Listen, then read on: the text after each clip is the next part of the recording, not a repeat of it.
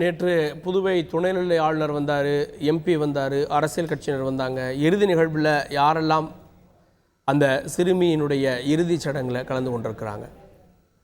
இப்போ இந்த இறுதி ஊர்வலத்தை பொறுத்த வரைக்கும் அனைத்து தரப்பும் முதல்வர் வருவார் என எதிர்பார்த்தாங்க. ஆனா முதல்வர் அஞ்சலி செலுத்தலன்றது ஊர்வலத்தின் போது கோஷம் எழுப்பப்பட்ட பொதுமக்களோட சமூக ஆர்வலோட ஒரு வேகத்தை பார்த்தா, ஒரு கோவத்தை பார்த்தா. அதே போல உள்துறை அமைச்சரும் இங்க அஞ்சலி செலுத்த வரல அப்படின்ற ஒரு விஷயத்தையும் நமக்கு இவங்க வேதனை தெரிவிச்சுட்டாங்க.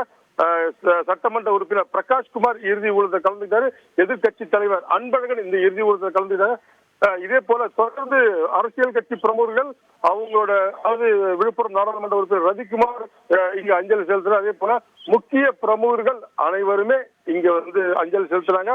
தொடர்ந்து அஞ்சலி செலுத்திய மக்கள் இந்த நேரம் வரைக்கும் ஓடி அஞ்சலி செலுத்துறாங்க. அந்த முகத்தை ஒரு தடவை பார்க்க முடியுமா அப்படின்ற இயக்கத்துல ஏராளமான பொதுமக்கள், பெண்கள், இது வரைக்கும் பாத்தீங்கன்னா ஏராளமான சிறுமிகள் இந்த இடத்துக்கு வந்திருக்காங்க. ஊர்வலத்தின் போது பாத்தீங்கன்னா கல்லூரி மாணவிகள் இந்த ஊர்வலத்தை கலந்திருக்காங்க.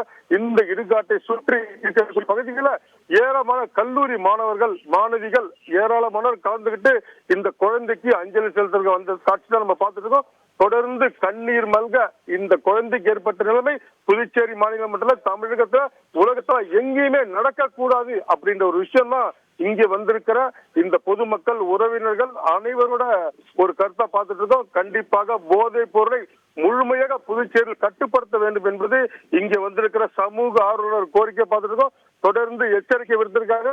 தொடர்ந்து பார்களை திறக்காதீங்க, மதுபான கூட்டங்களை திறக்காதீங்க, கல்வி கூட்டங்களை திறங்க, குழந்தைகளுக்கான பாதுகாப்பை ஏற்படுத்துங்க, முற்றிலுமாக பாண்டிச்சேரியிலிருந்து போதைப் பொருளை அப்புறப்படுத்துங்க, கட்டுப்படுத்துகிற நடவடிக்கை புதுச்சேரி முதல்வர் எடுக்க வேண்டும் என்பது இங்கே வந்திருக்கிற அனைவரோட ஒரு ஒத்த கோரிக்கையை நம்ம பார்த்துட்டு இருக்கோம். செய்திகளை உடனுக்குடன் தெரிந்து கொள்ள உடனே சப்ஸ்கிரைப் பண்ணுங்க.